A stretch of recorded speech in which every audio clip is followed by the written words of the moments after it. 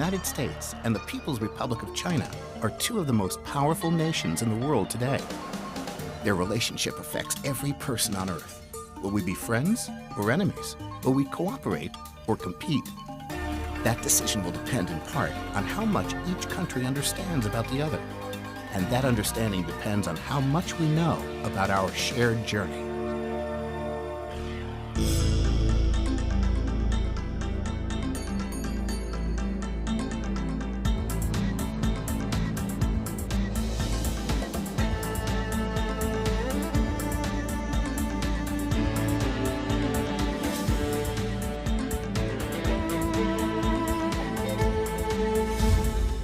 In 1784, Americans knew very little about China.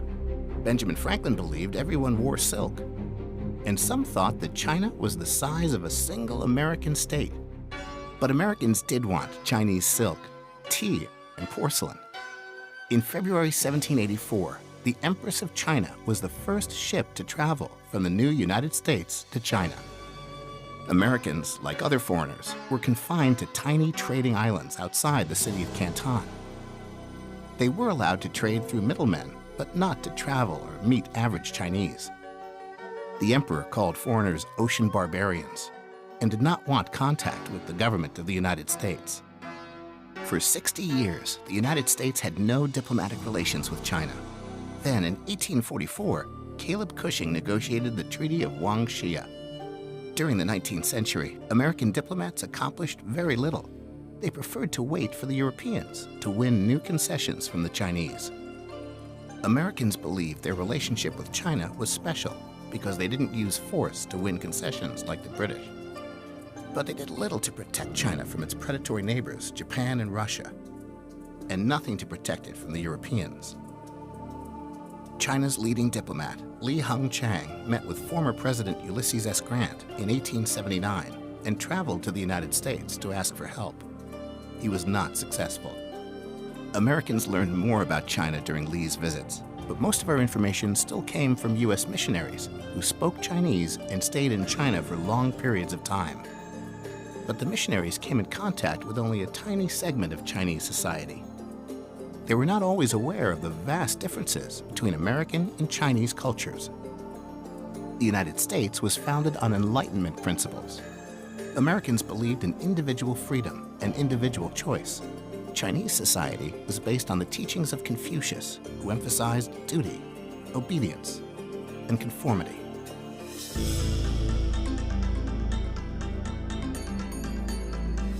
By the late 1890s, the United States was an important world power after winning the Spanish-American War and gaining control of the Philippines, Guam, and the Hawaiian Islands. American Secretary of State John Hay feared that the Europeans were about to divide China into separate spheres of influence. This threatened America's economic interests. Hay proposed an open-door policy to stop the partition of China and to keep its ports open to U.S. merchants. Hay won European support for the proposal, but internal tensions in China led to an explosion. Many Chinese joined the Society of Right and Harmonious Fists, or Boxers, which rose against the foreign influences they saw as corrupting society. Several hundred Christian missionaries and thousands of Boxers were killed. Diplomats barricaded the legation quarter in Peking and resisted for 55 days until foreign troops arrived. Even though China's Dowager Empress Cixi supported the rebels, Li Hung-chang asked American Minister Edwin Conger for help in ending the crisis. China survived as a nation, but was forced to pay an indemnity to the Western powers. Weak and poor, the Qing dynasty was overthrown in 1911.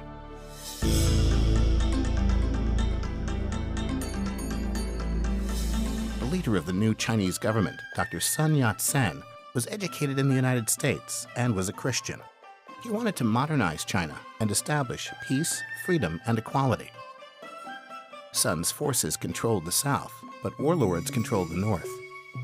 Sun decided to join forces with another group that opposed the warlords, the Small Chinese Communist Party. After Sun's death in 1925, General Chiang Kai-shek won control of the government by joining forces with the warlords and throwing out the communists. In 1927, Chiang first tried to destroy the Communist Party in Shanghai, where it was strongest. This was the start of the Chinese Civil War. The nationalists and the communists kept fighting, even after Japan invaded Manchuria in 1931. To escape, in 1934, the communists traveled 6,000 miles across China during the Long March. Their leader was Mao Zedong. Most Americans only knew about Chinese prosperity in cities like Shanghai and Canton through China's westernized elite. Only a handful of Americans knew about the 500 million Chinese who lived in disease and poverty. In 1932, diplomat Edmund Clubb reported that poverty, not communism, was the breeding ground of revolution in China. The government in Washington did not know how much support Mao had, or how corrupt Chiang's government was. President Franklin D. Roosevelt sent a personal envoy, Evans Carlson, to China in 1938. Carlson reported that the Communist Army could help defeat Japan, but some U.S. naval officers close to Chiang's government opposed this view. Chiang did not allow Carlson to return to China again.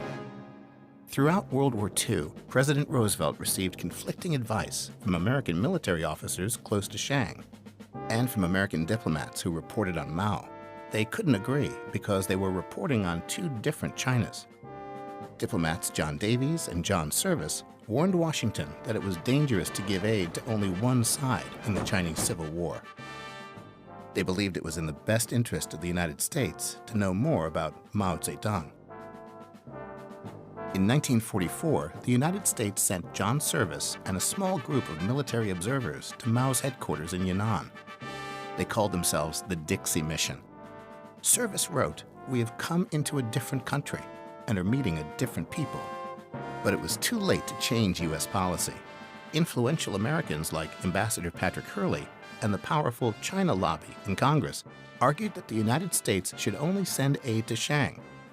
Diplomats who disagreed with Hurley were labeled disloyal and sent out of China. The career man in the State Department desired to give lease-lend supplies to the Chinese armed party.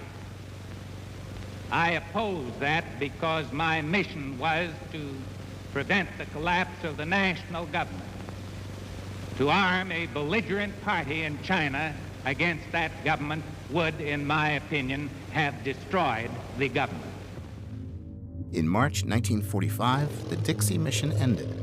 The Chinese Civil War continued.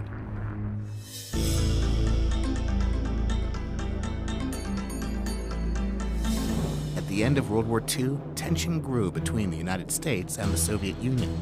Americans believed that the Soviet goal was to replace Western democracies with communist states. Many also believed that Moscow controlled the Communist Party in China. Some U.S. leaders felt that only Chiang Kai-shek's government could stop the expansion of world communism in Asia. Well known to every American is lean, keen Generalissimo Chiang Kai-shek, undisputed leader and idol of 450 millions of Chinese. But Chiang's army kept losing ground. American conservatives attacked President Harry S. Truman for being soft on communism. In 1949, Secretary of State Dean Acheson released a white paper on China. The white paper explained that Chiang's government was corrupt and that the diplomats had told the truth. No matter how much aid went to Chiang, the United States could not prevent Mao's victory. Chiang lost control of the mainland and fled to the island of Taiwan in December 1949, where he set up a Chinese government in exile. The United States still recognized Chiang as China's leader, but American conservatives accused President Truman of losing China to communism. They wanted someone to blame. On February 9, 1950, Senator Joseph McCarthy accused 205 State Department diplomats of being communist sympathizers and traitors to the United States. And even if there were only one communist in the State Department, even if there were only one communist in the State Department, that would still be one communist too many. McCarthy targeted the department's China hands, who had been the most critical of Chiang and who had first-hand knowledge of Mao. John Service and John Davies, among others, were fired because of the reports they had written during the 1930s and 1940s. Both eventually cleared their names, but it was much too late. Those who knew the most about Mao and communism in Asia were silenced. The United States must never be in a position, now or in the future, when another country can make its foreign policy. The great mistake we have made in the Far East with respect to Chiang Kai-shek is that we have permitted him to involve us in matters which were not, in my judgment, proper for us to be involved in, the Chinese Civil War. When Mao took control of China, American diplomats were caught up in the conflict. Consulates were invaded, and U.S. Consul Angus Ward and his staff were interned in their Mukden compound for 1 year. In April 1950, the last American diplomat left China. Relations between the two countries were broken. At the American consulate in Hong Kong, there are cascades, mountains, piles of translations that come in from the Chinese. And these are sandy, gritty, gravelly little bits of information that are meaningless because we don't know who does what to who in Peking. We don't know how they think or how they make up their mind. It's as if there were a struggle of sea monsters going on deep, deep beneath the surface of our vision. And only these bubbles come to the surface to tell us that these are terrible struggles, but we don't know what they're struggling about.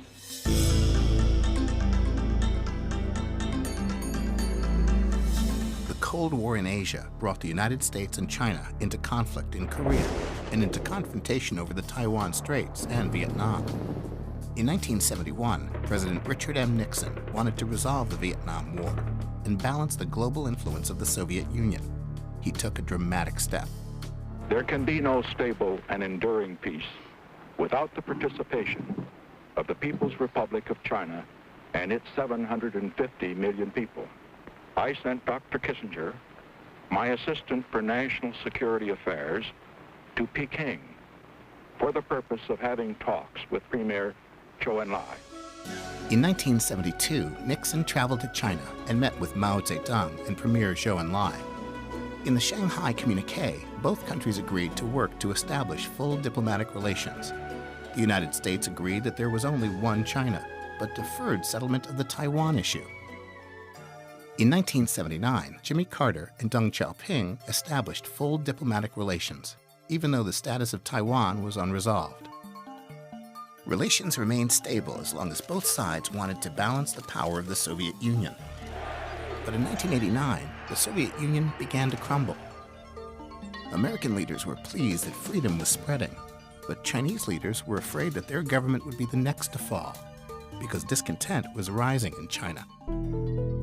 Rapid economic change disrupted Chinese society. Chinese citizens openly criticized the Communist Party's economic reform policies. When Soviet reformer Mikhail Gorbachev came to China in May 1989, unrest broke out in Beijing and other Chinese cities. An estimated 1 million protesters converged on Tiananmen Square. American journalists in Beijing had little knowledge of Chinese politics. They did not always know how to interpret what was happening. Many journalists could not speak Chinese and focused on students who spoke English and adopted Western symbols. I think people support us. Police cannot injure us. Americans saw a pro-democracy movement crushed on TV. Chinese leaders believed that the United States was interfering in China's internal affairs. The history books, I'm afraid, are going to record Deng not only as a reformer the last 10 years, but one of the butchers of Beijing. Diplomatic relations were strained. Neither side could accept the other's position. The events at Tiananmen in 1989 still affect U.S.-China relations today. The ongoing struggle for human rights is just one of the many challenges China faces. A booming economy has brought environmental and health problems, and great disparity between rich and poor. For the United States, the challenge remains to understand both Chinas, the poor as well as the prosperous, the insecure state as well as the international superpower. The future depends on it. Can you sing a little Chinese opera for me? Okay. 美丽的夜色多深情，桃源上着流沙，我的情。